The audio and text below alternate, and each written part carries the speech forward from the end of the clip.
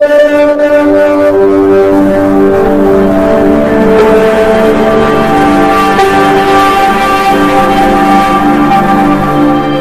रहा है कि अब कंफ्यूजन की स्थिति है, आपने ही सवाल खड़ा कर दिया अपनी ही सरकार के ऊपर।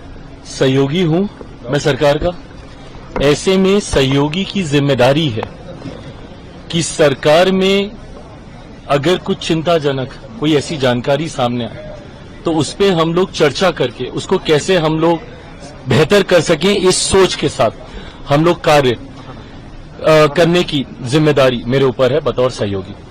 जो लोग इस मंशा को रखते हैं कि एनडीए की ताकत को कमजोर कर वो अपनी राजनीतिक रोटियां सेक लेंगे, कतई ये नहीं होने वाला।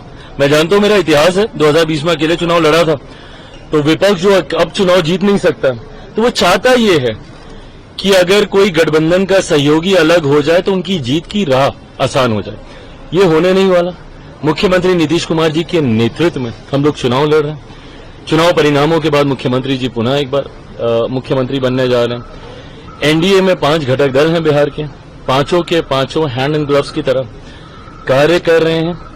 एक ऐतिहासिक जीत की ओर हम लोग अग्रसर हो रहे हैं।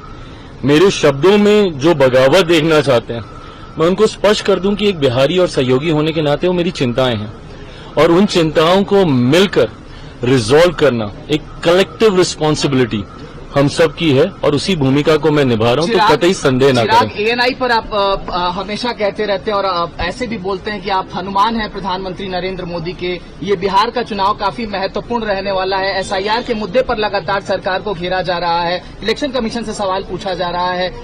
अब आपने कहा था एक बीच की 243 सीटों पर मैं चुनाव लड़ने की सोच रहा हूं, इसको लेकर के विपक्ष कह रहा है कि अब सेपरेशन दिखाई देता है। जब मैंने 243 कहा था, उसके साथ ही मैंने इस बात को भी कहा था कि हर सीट पे चिराग पासवान बनकर चुनाव लड़ना होगा।